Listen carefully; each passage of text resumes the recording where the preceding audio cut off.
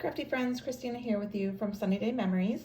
I am popping in real quick just to do a short video to show you a quick way that you can change up how you do these lovely bows, the handmade bows that I had done an earlier video showing you the Stampin' Up! Take a Bow die. So we are going to take bows like this and we're going to make them fancy like this. So let's go ahead and get started. So I wanted to show you guys how to do it a little differently, mix it up a little bit. Instead of using the double-sided pattern paper, we are going to create our own pattern paper because I love this two-toned cardstock. You see the true color here is this darker shade and then you've got this lighter shade. We are going to do some random stamping and create our own pattern paper, and then we're going to do a easy technique to go ahead and change these bows into fancy bows. So we're going to use tone on tone. We're going to use this Pool Party ink along with the Pool Party paper. And I have already just loaded my stamps on a block here, and I'm using the one-of-a-kind set here, and I put all 4 that I want to have on here so that it's quick and easy for me to go ahead and just ink it up and stamp it. So I'm going to ink it up and I'll rotate so that the images are a little bit different, and I will fill up both of my sheets. Okay, so I've just finished going ahead and covering both of these.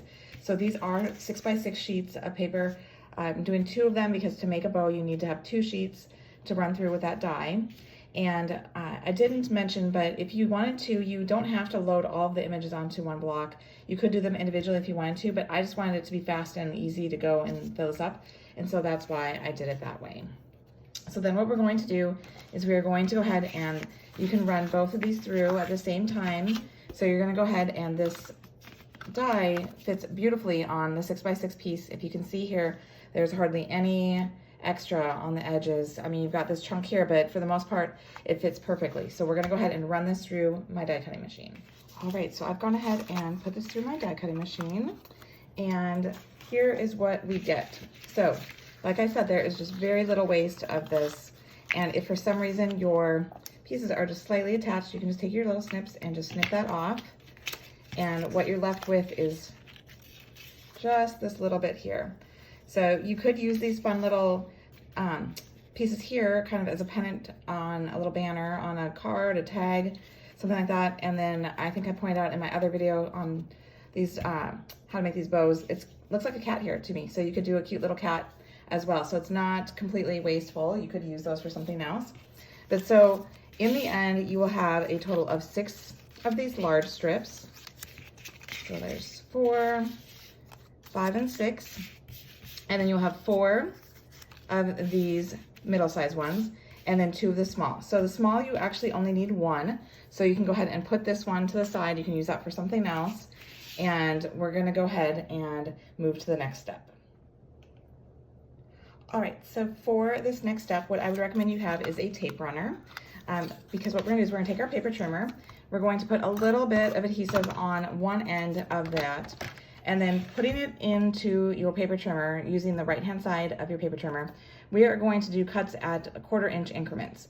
So this bow here is at 1/4 inch increments. So you can see that the strips are a little bit thicker, a little bit wider, whereas this one is a little bit more of a labor of love because they are more intricate. These are 1/8 inch increments. So you could do either, but I'm gonna show you guys how to do the 1/4 inch because it's a little bit faster, a little less time effort to put into there. So you're gonna go ahead and you're gonna make sure it's flush to the top because you've got that nice flat edge. You're going to have it be right along that 1/4 inch line going down on the paper trimmer. So this part here, I always bring my blade down towards me and I'm gonna move it upward. I am not starting at the very end because otherwise you're gonna cut that strip all the way off. You want the strips to be maintained within like maybe 1 inch from either end.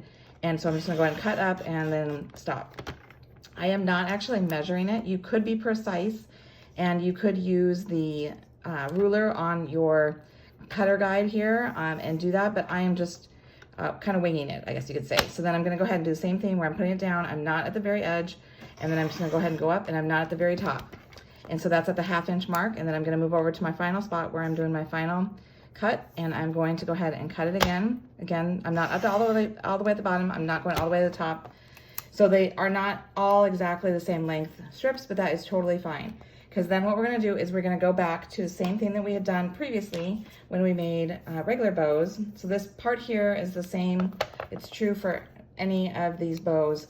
So the smallest one is just gonna go into a loop. So I am using some tear and tape here on the end, making sure my adhesive is all the way onto that, and I'm just gonna loop it around onto itself, making a nice little loop or circle, however you want to call it.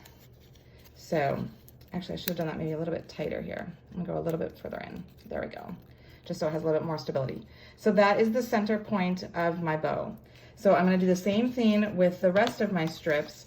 Again, starting with a little bit of adhesive at the top. And then I'm gonna go to that quarter mark, and I'm gonna be flush to the top edge here so I know it's straight. I'm gonna line it up with the side edge so I know that's straight. I'm gonna go down here. I'm not gonna go quite to the top. I didn't go quite to the bottom either. I'm gonna move over to the 1/2 inch mark. And I'm gonna go up, again stopping. And I'm gonna go to my final cut at the 3/4 mark.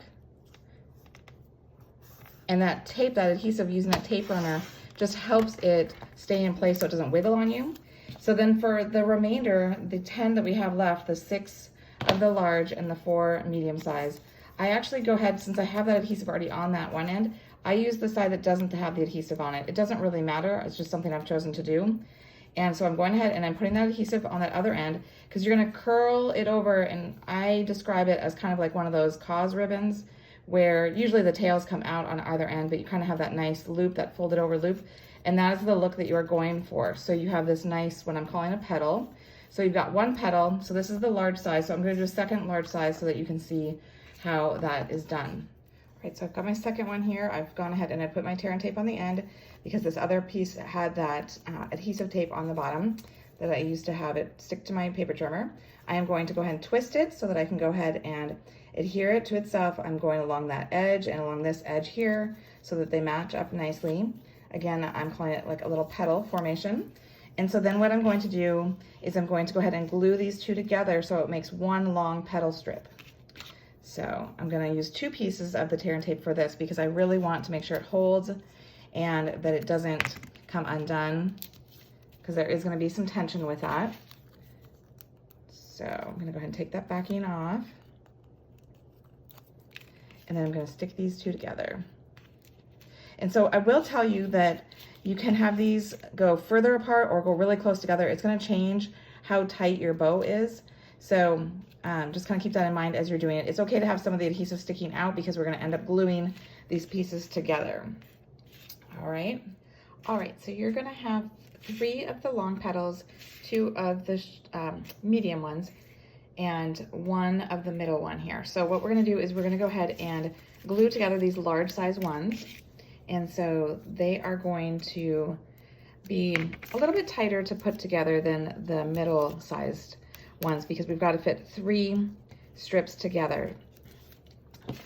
So I'm gonna go ahead and remove this backing. And then what you're gonna do is you're gonna go really close to this petal here and really close to this petal here. So they're glued together in the center, so that way we can go ahead and add this last one here. And then for the medium size one, we're just gonna go ahead and glue these 2 together. So now here we are. These are the large ones, these are the medium, and then here is your little small one. Can you guys see it taking shape? So now what we're gonna do is we're gonna go ahead and we're gonna stick this medium size strip ones in the center of the large, and then we will finish out by putting in our small one. All right, so it's all made now. You can see I've layered them and you've got this beautiful fancy bow that you've stamped, and it shows off that 2-tone cardstock. I'll bring in the other ones just so you can see them all here. So keep in mind, you don't need to have them be for the holidays, but because we are approaching the holidays, I thought it would be fun to show you an alternate way to go ahead and use that die.